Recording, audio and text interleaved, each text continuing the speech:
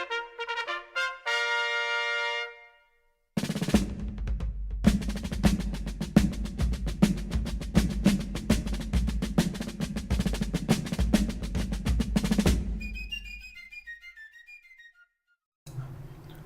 good morning and welcome to Coffee Talk, the Christmas Eve edition. It is Christmas Eve, about 6:40 in the morning here on Central Standard Time in the U.S.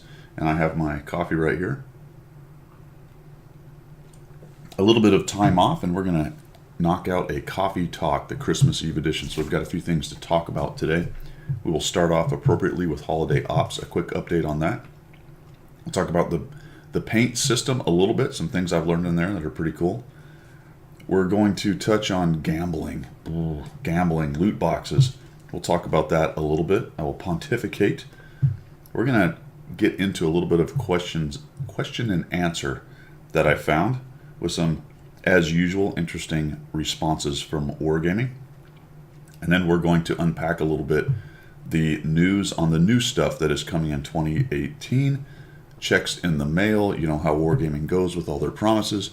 But it looks like the HD maps are imminent, and some other things are coming down the pike, or so they say. They're going to release a lot of this in Wargaming Fest that's coming up as well, so we'll discuss that. Let's get on with it. Grab your coffee. It is Christmas Eve. I hope you have some time to find a little time in there to relax, reconnect with the family, all that good stuff. Let's get started. All right, let's move on to an update on the holiday ops. I actually just tried to do this segment and I had to stop because I found something pretty funny, so I backed up. We'll start over.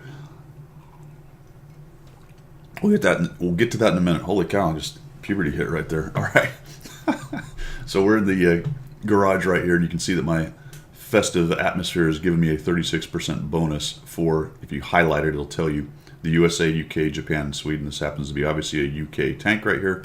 So that is how you know what your percentage bonus is for experience, credits, and crew experience. That's a huge bonus across the board. You drop in some reserves on top of this, and what a great event as far as grinding and making credits and improving your crews.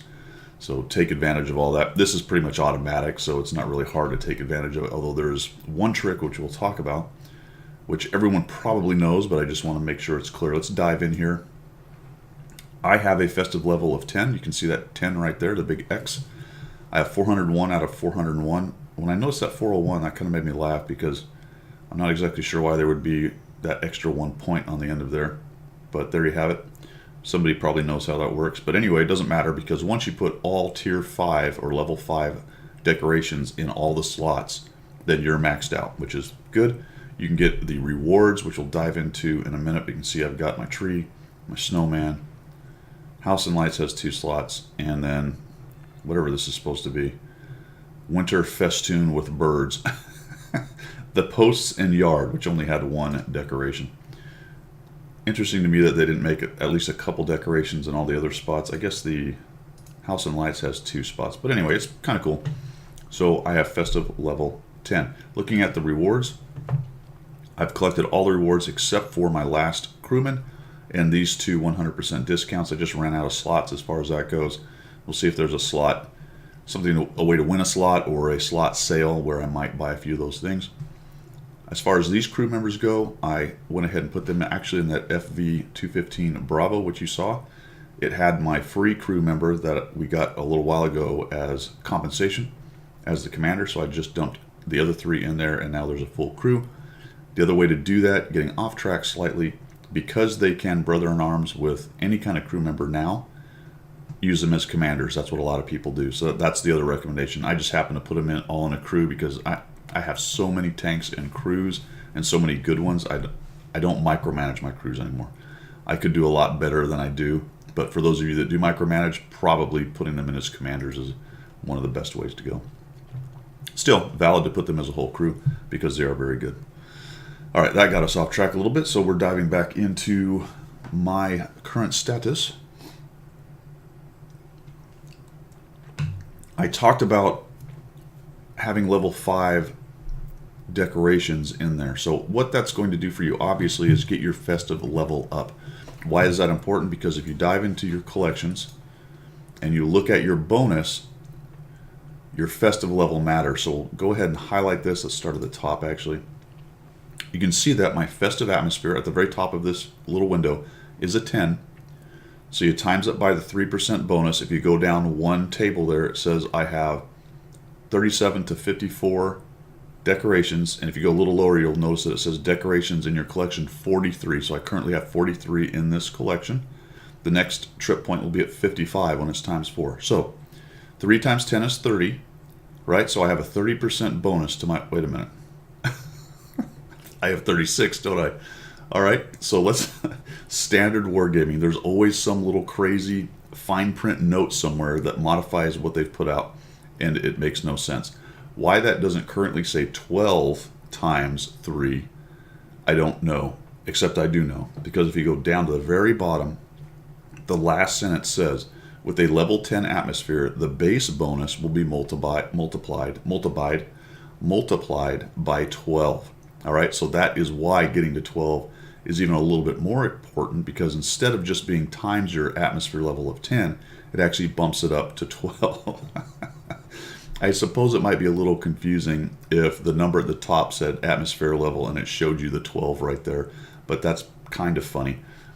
Cool, you get to 10, you actually get a better multiplier, or a better bonus, whatever you want to call it. You get a better multiplier once you get to 55 decorations or more. So ultimately, what can you get? 4 times 12, 48, math in public. That's pretty good. I mean, that's essentially 50% bonus on everything. And I'm crawling along to there. So how did I get there? I don't think I mentioned this already, but I bought 14 boxes. I bought an 11 pack of the boxes that you can buy on the website, and I bought a 3-pack. And that got me pretty much right to level 10. I believe I had 1 or 2 missing, so I crafted those last 1 or 2. Those are the only things I've crafted yet so far. I'll let you know why in just a second. And that got me to pretty quickly to a festive level of 10. For those of you who aren't going to pay any money at all, let me know down in the comments where you are after about a week and a half, or a week and a couple days, I guess, at this point. Some of you might be getting kind of close to festive level of 5 or 10, sorry, which may require a little bit more crafting. And this is where we get into the strategy and the update on this thing, on how you want to go through this. So clearly you want to have your festive level as high as possible to get your bonus on your percentage. You also want to collect as many of these things as possible in case you're attempting to go for what is the prize for collecting everything in a collection. When you go down to here, you look at it, and it is some camo, and it's Christmas camo. For me, the camo is not a priority. Not a priority at all. But if it is a priority for you, then you probably want to concentrate on whichever collection it is that you want the camo from first, which means you're going to do a lot of, let's go back here, crafting, breaking stuff down. And I actually have a few things here. No, I don't. Thought I did. I've actually just broke down all my things. That's how you get there. So you're going to want to probably do a lot of crafting to knock that out. So that's where the strategy part comes in. For me, what I am doing, because I got to festive level 10 so fast, I spent some money to do so.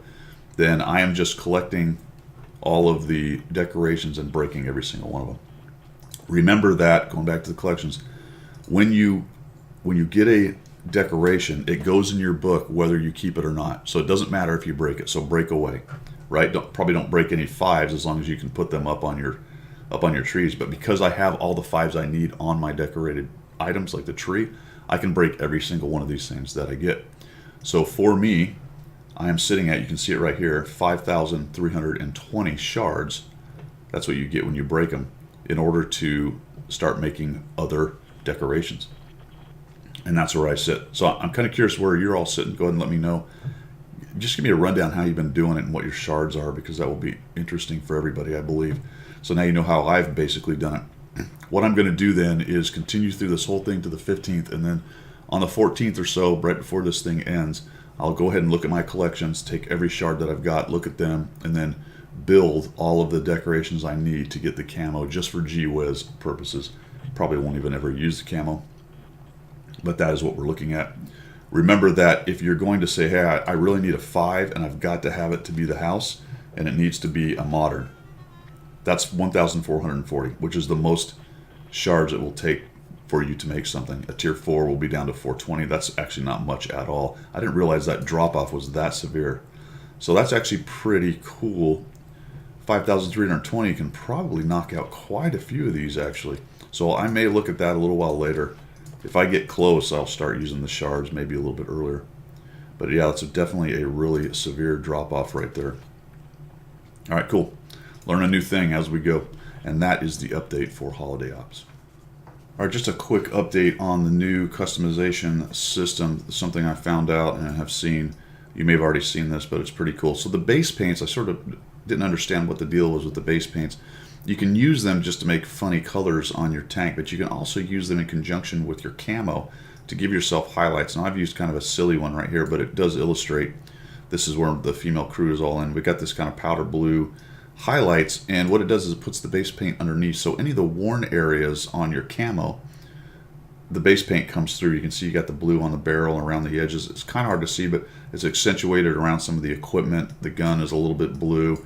Obviously the road wheels right here. So let me illustrate that with the 30B. If you click over to there and you click exterior, and the cool thing about this is some of the camos are actually transparent, which means they're only in certain parts of the tank and the rest of the tank shows through the camo itself. So this is a great example. We'll just do a blue, for example, with the 30B, and I'll just do that. So look at how much that changes the camo on this tank. It makes it a completely different camo set, really, at the end of the day. And you don't have to do the wheels, but if you want them blue, that's kind of silly as well. But that's just really interesting. Now, I don't know if every nation has that kind of transparent camo where it's just this section here and the rest of it is base paint, but a lot of them do. In the case of the FV I just showed you, it's really just where it's worn that you're going to see it. But you can really play around with this camo system and change the camo quite a bit. And it, you know, the historic thing is an argument, and I am on board with that, but this is not too bad. I mean, that's not really that much different than the historic camo that the guys got. You can get silly if you get over here and you do purple and stuff like that. So now you got the Barney tank. So I don't really dig that too much, but even that's not too bad for that tank because you got the gray or the light tan kind of camo thing going on.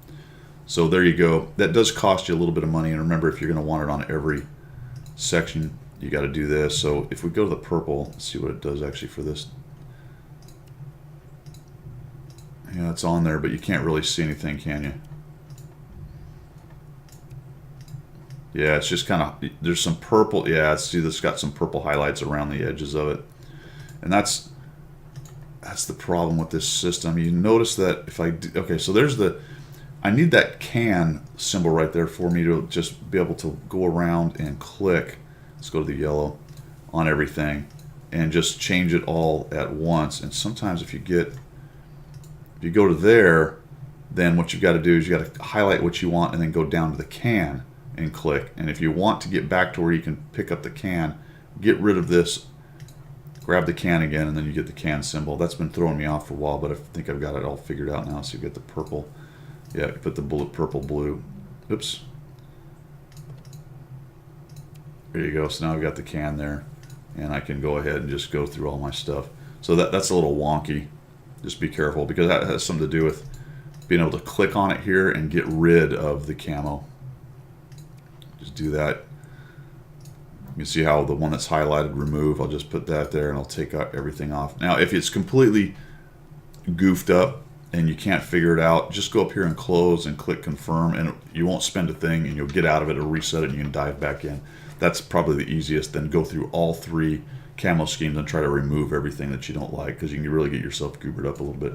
So there's the update for the camos. All right, let's talk about gambling real quick, because that was a bit of an issue when these loot boxes, and really, we call them loot boxes. Are they really loot boxes? No, they're gift boxes. Basically, the way that Wargaming is doing it is you are getting your money's worth when you buy these things. What it boils down to is people are upset they didn't get a Type 59. There's a lot of people coming on the forums, yeah, I got a Type 59, I got this, I got that. There were 4 premium tanks that were available. I want to say it was the Type 59, the Scorpion, the T-26E, whatever it is, and the Lorraine. So those were the 4 that were available, and there were some Tier 4 ones down there as well.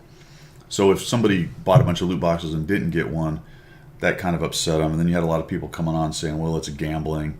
This goes back to other games where they're selling loot boxes where you actually may not get anything, or what you get is so far below the actual dollar or Canadian dollar or euro cost that it was a bit of a gamble when you bought these boxes. with Wargaming's boxes, you're getting your money's worth. As a matter of fact, there is a high probability, a high likelihood that you're going to get well more. I spent about $26 total, and I after I counted it all up, I got $65 worth of stuff. And as a matter of fact, I actually won the Type 59, and what I did with that one is I just did the gold value in dollars. I didn't even do the value of what they would probably sell Type 59 for, which would probably be in the $40 range. It's not gambling. It isn't. You can't lose. That's the thing about gambling. So I watched that with great humor and mirth. People losing their minds and everybody thinking some politician in Belgium in the EU is going to save them from the loot boxes. Oh, come on, man.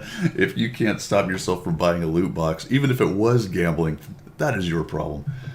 All right, anyway, that is the loot box speech.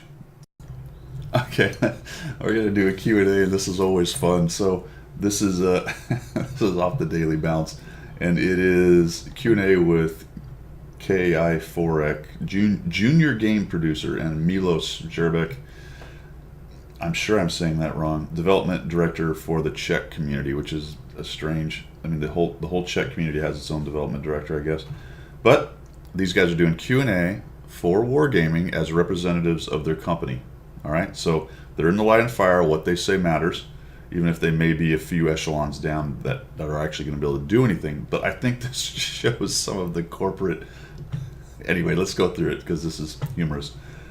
First question is about why do you manipulate players' RNG? I have worse RNG when I'm close to my third mark. He poo-poos that, and I agree. Dumb question. Throwaway question. I guess he was trying to be funny. Let's back up and start over again and say that context matters. I don't know. We have the questions. I don't know how they were asked. Maybe he was making a joke. All right. Doesn't matter. Throwaway question. Obviously stupid. Are there plans for Czech? No. Well, let's see. So there will be no new branches yet. What about Czech Tier 8? They're talking about it. Yes. Multi-level tanks. He didn't know what he was talking about there. I'm assuming multi-turreted. No real answer there. All right. So we get into the more important questions. Are there plans for sci-fi looking premium tanks? And I think what he's talking about are like Defender, Liberté. It says sci-fi, or maybe he's talking about enemy tanks. He kind of dances around the subject. Although he does say it's only the beginning as far as the customization part goes. And this is dangerous territory, like I mentioned in the last section. Pink tanks, purple tanks, all that kind of thing. So far, pretty well done. I won't really get on their case for that. He does mention here, Milos' favorite tank is the Mouse, and he immediately tried a pink skin on it. Oh my goodness gracious. I saw one of those the other day. I actually had purple and pink Mouse. Remember that you don't get camo on those. All right, now this is where it gets fun. Okay. Will you do something with the Type 4 and Type 5 and their guns? All right, he says, it is extremely difficult to balance tanks like these. Okay. Even though a lot of players say that the new weak spots aren't really weak spots, it can be confirmed that they are weak spots nonetheless. What? What? Okay. He said it, man. He's confirmed. It can be confirmed. They are 10 to 20 millimeters less. You still can't pin it with gold, but they're weak spots. I told you so. All right, so here we go. As always, we have to wait until we gather enough data. They're always talking about data. I don't think they know how to read data. They gather a lot. I don't think they know what it means, ever. See how the gameplay has changed since the introduction of their weak spots. A lot of players see those two tanks as a problem. But you have to ask yourself how many of them you really see on the battlefield. So as long as there's only a couple, it's not a problem. Statistics show that normal heavies are played way more than Japanese ones. Okay, because there's two Japanese ones. What? And we understand that it is frustrating to play against them, but you have to understand as well that it is very difficult to balance them. You already said that, dude. If such a low amount of players play them in the first place. Oh my goodness.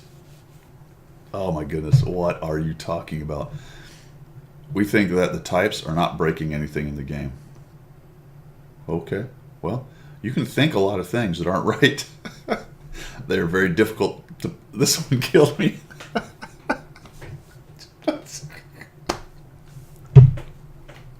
I got tears coming out my eyes. Oh, we're going to say it again. They are very difficult to play. Oh my God. When a type 5 one-shots something, everyone points out how broken they are. However, they don't realize how many shells did the Type 5 driver unsuccessfully fire before that, and the tears and the humanity of the misses. Oh, this is so stupid. Obviously, if a Type 5 goes to Banana Road, which that's the first time I've heard it called Banana. From now on, Tank Alley is Banana Road. Oh, man. Nobody will be able to push that road in the enemy team. That's right. That's right. If only one Type 4 or 5 is there, you simply cannot push it. Oh, boy. So you have to go somewhere else. But think about what can a Type 5 do in Sand River, and you will realize how many weak spots they have. How many weak spots do they have from the front? 0. He's talking about being flanked, obviously, right there. A Type 5 on Sand River is going to go into the pit and blat people in the face. Okay. I need a recovery. I'll be right back. Okay. So the next question just continues with more of the same. All right. Deleting weak spots on tanks is the new meta. Every tank has its weak spots, even the types pre-nerf. Sides, rear, low maneuverability, and speed. Oh my God. That's not what we're talking about. All right, if you see a type in front of you, just don't try to fight him. Yeah, you think? That's a good idea. Go to his sides and rear. Well, that's not very easy on your maps. A great example of this is the Halloween mode. The Leviathan and a Type 5 are in fact pretty... Dude, if you... So Leviathan mode has some kind of incredible applicability to your game? Are you kidding me? All right. We know that not all maps allow flanking maneuvers. You think? But in those situations, you just have to be patient and wait till all your hit points are gone from him blapping in the face with a gun that doesn't need to hit any weak... Oh, that's not what he says. And wait for your opportunity. Same with the new Badger. That tank is very situational and slow. Oh, okay. If you see one, don't stand in front of its gun. Go around him. Oh, well, that'd be great, except for his left to right azimuth and his ability to spin is actually pretty good, and you're just not getting around him. There's always a way how to deal with those tanks, and remember that you cannot win all the battles you play. Oh, man, dude, oh, God. We know some tanks haven't been well designed. You think? We openly admit that the Chrysler K wasn't exactly a success. Oh, man. Fochgate, anyone? Oh, geez, guys. This is wow. All right, they talk about machine gun ports. Let's just press on. Address older standard tanks. Yeah, they're talking about some rebalance stuff. So some of those other tanks are going to get some bonuses in there, or some buffs, not bonuses. Increase the hit point pool of lower tier. They will last longer. Yeah, I'm not a big fan of that one either. I don't think that's really the answer. Just some people have said, hey, let's just double hit points and it'll make the games last longer. Yeah, they'd make the games last longer, but I don't think it would change a whole bunch.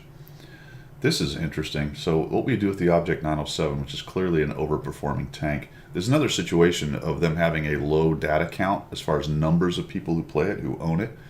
Most of them happen to be very good players anyway, or at least capable players. So there is some of that, but it is pretty much an OP tank. It's not quite on T-22 level, but it's pretty darn close. And maybe it's actually more or less exactly as bad as the T-22. It's just that how it was won isn't controversial, so people aren't up in arms. You don't see too many of them, so it kind of goes back to their, well, you don't see many of them, so it's not a problem, BS. But as he says, that is again difficult for the same reason. If we want to change it in any way, there's not enough data on the server. Oh, God, see, there they go once again. Very few players play. I mean, how tone deaf can you be to make that answer? That doesn't mean anything, dude. The fact that few players play it is not the point. It's not even close to the point. You've made no defense. In fact, you've made yourself look like an ass. That's all you've done with that answer. Made yourself look like a giant ass. All right. See, now I'm getting triggered. I should just start laughing again. Doc asked about the E50M and Leopard. This this is great. The Leopard is very strong. A good sniper from second or third line. If you are the first one to get spotted, you won't do so well. You won't do so well in nearly everything if you're the first one spotted. But with that penetration, actually camouflage is a great all-rounder, and it would be too OP if we buffed it. Oh, really, dude? So why did you buff the turrets on the AMX-30? Come on, that's just... You sound like an idiot when you say stuff like that.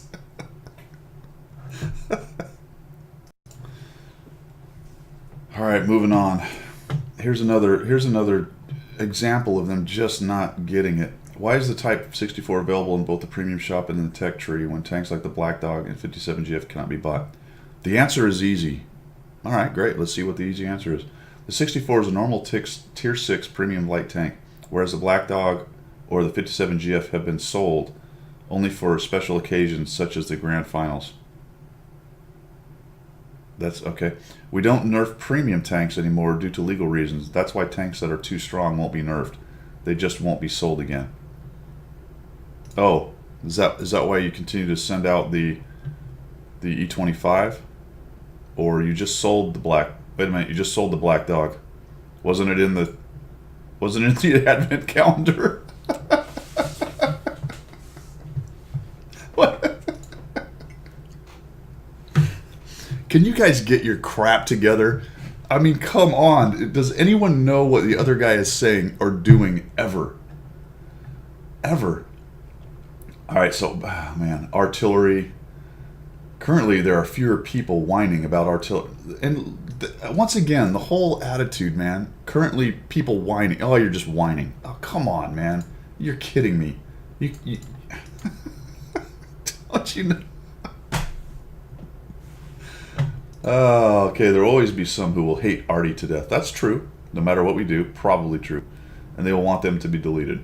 But there's also a similar number of those who play SPG and enjoy them. Completely not even the issue. Not even close. All right. I'm going to ignore the stun mechanic question. I'm going to ignore the tutorial thing. Let's get into the premium ammo thing, because this is once again getting into their whole we have stats and not having any idea what they mean or how to read them. So is it going to be rebalanced? We know a lot of players are complaining about it. Just out of curiosity, we looked into the statistics. Oh, here we go. Let's find out what they found out. And the overall percentage of standard ammo penetrations and the premium ammo penetrations differ only by decimals, meaning that almost the same percentage of shots bounce no matter if you have standard or premium ammo loaded in your gun. We'll get that in a minute. In the future, it's very likely that it will be changed. Interesting, but we don't know how. Clearly. It's only been 5 years. And honestly, we don't think it's the biggest problem in the game right now. I'd say it's top 3, so that's pretty close to biggest problem. Behind maps and impenetrable, ridiculous tanks. It obviously differs on the tank you are shooting at and your own tank, but according to statistics, it usually doesn't make a difference if you're shooting standard or premium ammo. All right, this is true. It differs on the tank you're shooting at and your own tank, but that's the key. When you go back up to here to the percentages of penetrations and bounces, what would happen is if you didn't have gold, you would find that there were a lot less penetrations from your standard rounds. Because what happens? Well, duh, when somebody sees something they need gold for, they press gold. Gold's not an auto pen, it never has been, but it does increase your percentage of penetrations, which means that your penetrations over your regular rounds is increased, and the fact that they're about the same penetration percentage doesn't matter, because you're talking about lower tier tanks pressing 2 to have any kind of chance to penetrate higher tier tanks. That's the problem. How can you not make that logical sequence in your mind when you're running this game? I do not understand, unless you're just talking bollocks, which appears to be what he's doing. Oh, here we go. Statistics. Oh, and this is probably one of the biggest takeaways from this whole Q&A and their attitude. Statistics also showed that in the RU server, a lot more premium ammo is being fired, and there are no. That's BS. I'm sure it's not a case of no complaints about it, but it says there are no complaints about it as it is freely available for everyone. All right.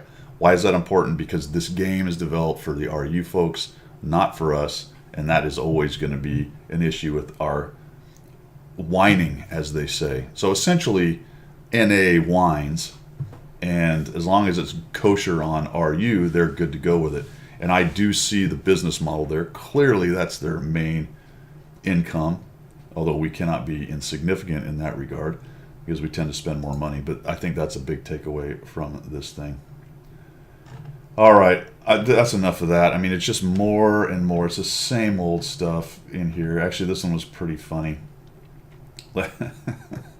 I'll just do one more, all right? And then if you want to read this, it's on the armored patrol. Or sorry, this is Daily Bounce. A lot of battles end in 3 minutes, blah, blah, blah. What are you going to do about it? We are currently looking into it, as it is true that the number of turbo games had increased by 5% in 9.18. That's actually interesting. That's actually an interesting statistic. We were a little bit afraid of it, okay?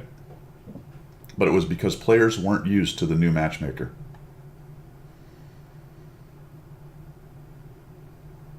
How the hell do you know that? You Raffle stops increased because your fault, players. You weren't used to the new matchmaker. You didn't know how to use it. All right? So if you knew how to use it, if you understand the greatness of what we give you in matchmaker in the game, then it wouldn't be your fault that these games are raffle stomps. I personally don't think 5% is a big change. I don't think it's statistically significant as far as how many stomp games there are. But anyway, wow. All right, let's. Well, so how fun was all that Q&A stuff? You have to be kidding me. Holy macaroni. I don't have enough coffee to go through the rest of that thing. Okay. This is from their website, and it's talking about the 2018 preview, some interesting things coming down the line. So number one, the new graphics engine. So we're going to get all of those new maps, and they're going to announce that at Wargame Fest. I've seen the number 25 and the number 30, so they're going to have a lot of new HD maps. They made a big fuss in that video up above. It's only 2 minutes. If you want to check it out, I won't make you watch it while we're doing this. It's on their page, on their news section there. Is they made a big fuss about how it's not going to increase or decrease your FPS. It's been optimized. Even your older systems are going to be able to use it. But oh, by the way, why don't you download this core thing and you can see if it's going to affect your system. As a matter of fact, they claimed it's going to there was one point where I believe they claimed it was going to increase your FPS with older systems. Okay, checks in the mail. If they manage that, good on them. If they have actually optimized it enough to have that happen while making them look better. I will say they look better, clearly. Their HD maps, much prettier. You can take a look at it. So, what does that give us? Okay, well, let's look at it. I'm going to look over my other screen because I can read it better. Vast expanses. We design miles upon miles of outland so you can see beyond the map's borders like you would in the real world. Great. Realistic terrain. The new graphics engine let us blend 16 textures. Ooh. So that terrain looks truly volumetric. I don't even know what that means. Thank God it's volumetric, though. Detailed down to the smallest blades of grass. All right, so it looks good. Copy. Soaking and responsive water. Tanks and any other environmental object that interacts with water get wet, just like in real life. Okay, copy. Oh, here's that word again. Rich volumetric flora. Does that mean a lot? Volume? Foliage reflects the seasons, and trees no longer resemble flat images. Stuff looks pretty. Looks pretty. Photorealistic stuff looks pretty. Advanced stuff looks pretty. Destructible objects, things break. Maybe game affecting. All right, of all these things so far, now we're getting to potentially game affecting stuff. Are they the same things you can already break right now, or is it more destructible? Don't know. All right, so none of that, other than potentially destructible objects, talks about gameplay and fixing map issues in that regards. So, extra detail, while also trying to keep gameplay defining elements where they were for most maps. So that indicates, and from what I've seen, some things have changed slightly on some of the maps, so the way they play may actually shift a little bit. That remains to be seen. But clearly doesn't seem to be the primary change they were looking for. They were simply trying to make things prettier. This was not a large map rebalancing effort from what I can tell. Every time that's discussed is in a secondary nature. They messed with the sound again. Fantastic.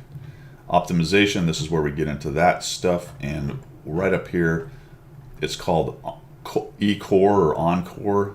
That's a thing you can download to check how your system, basically it runs a game and you can look at the FPS and what you're getting if you're worried about it not working on your system. So we got that. There's Encore. There it is. That's the button, so go there if you want to check it out. The Soviet tech tree is getting a revision in 9.22, so that is interesting. There's a couple additions and some different splits. I believe the T10 is being pulled out of the IS7 line and shifted around a little bit, but I also understand you're going to keep it in that case, and it's going to have its own little branch. I'm not going to dig into exactly what it is. Here's a picture of the object 7 something. 705 or some such thing right there. The 12254 is getting removed. So once again, pay attention to that. There are some things you may want to grind out if you're going to go ahead and keep that tank, because they'll pull it out of the tech tree. Let me just sidebar on that a little bit. What I wish they would do there is leave them in the tech tree and just have them split off. Why is the FV not still in the tech tree? It's content. Just take that last tank, split it out. You can go to the FV or you can go to the Super Conqueror. Pick one. What? I don't understand why it had to be taken out. It's stupid. You built it. You spent all that time. It's actually not an unbalanced tank. It wasn't taken out because it was a terrible tank. It was slightly below average. People didn't like it as much. It, quote unquote, didn't fit on the line. That's all fine. But what? Just leave it in there, man. Let people grind it. What? Why do you diminish your game on purpose? It's bizarre. All right. On the horizon, so they got some new modes. They're talking about ranked battles. There's some changes coming to that. I won't read that through that for you, but it's just kind of shifting the deck chairs on ranked battles mode, which really had a drop off in the second season. We'll see how that goes. I'm not necessarily completely against it. I just don't believe something like that is really end tier or end game or end tier content, but that's a whole other subject. New nations are coming in, so that's cool. I think Italians is the one that they've been talking about, but don't quote me on that. They're going to find new ways to earn and spend bonds. This whole earn and spend bonds thing is, I'm not really sure what they're trying to get with it. I know that they've come in and said, hey, we want another currency and some other things. I'm like, okay, for what? What's the purpose? Here's what I'd love to see with it. I would love to see people playing randoms like I do primarily. Clearly, this is selfish on my part. X number of bonds and you can unlock some of these like 907s and the 7201 or whatever it is, K and all that stuff. You could make it kind of a ridiculous amount, 5,000, 6,000, 8,000, 10,000 bonds or something like that. But make them earnable through bonds. That would be fantastic. Prize tanks like that. I mean, if you made it 8,000 bonds, it would take you a good probably year to knock that out. And that's pretty reasonable. That's pretty reasonable. You'd be playing tier 10s constantly. Somewhere between 5 and 8, I think, is a sweet spot for a tier 10, and maybe a little less for some of the lower ones. But that would be super cool. But they've never listened to me once anyway. So they're talking about more customization. This is probably 3D stuff. That would actually be pretty cool if you could put helmets or personal items on the side, or maybe a backpack that has your name on it or something. That would be kind of funny. Of course, it's all going to cost money, isn't it? Microtransactions. And they've got some more events. They did mention in this that they're going to bring back, on this video up here, all the way at the top, they did say something about bringing back the soccer event. So maybe, is it World Cup year this year? I'm not sure. I think it is. But so we probably see that soccer thing, and maybe some of these other events come through. Well, let's see. Where are we? Well, that's about it, I think. Well, that is it, guys. And so Merry Christmas. Christmas Eve. Got a little bit of shopping I still got to do, because that's how I roll, by leaving crap to the end. As usual. As usual. We talked about a holiday ops update. We talked about a little thing that I found in the paints, which probably all of you have found, but it is pretty cool. I have put some undercoat on a few tanks and I do, even though I'm kind of against the non-historical thing, I do get a chuckle when I run around in the powder blue highlighted FV215V. I just really like that tank. Kind of because that color is already that candy striper color that you can get. That's one of their weird, that big striped desert camo that the Brits have. So I guess that's how I rationalize it. We poo-pooed gambling, and no, it's not gambling. Get over it. Talked about the Q&A. There was a bunch more in that Q&A. But it was all the same themes, right? Just the same ridiculous tone deaf. I don't even know where to start. I'm getting triggered again. And then we went quickly through some of the new stuff. I will keep up to date on that as it goes. There'll be more released at Wargaming Fest, I believe, as it comes up. As with everything that Wargaming says, you take it with a grain of salt. There's been a lot of promises in the past. Things haven't happened. I'm quite certain the HD map thing's going to happen. And as far as one of the potential biggest changes in the game, that's probably it. We will see how much work they've done on gameplay on the maps. I will imagine some of the positions and places on the maps will change. Maybe not by design, but just simply because of the way the HD mechanics or the HD was done. I don't know if Wargaming is really that clever as they build this in order to make specific changes in gameplay on their maps. The metas may change is what I'm trying to get to. But we will see. That's going to come down the pike. And if you want to know if it's going to work, download Encore, because they said it's not going to affect your system, but they want you to see if it's going to affect your system. All right, guys, like I said, Merry Christmas, and we'll see you later.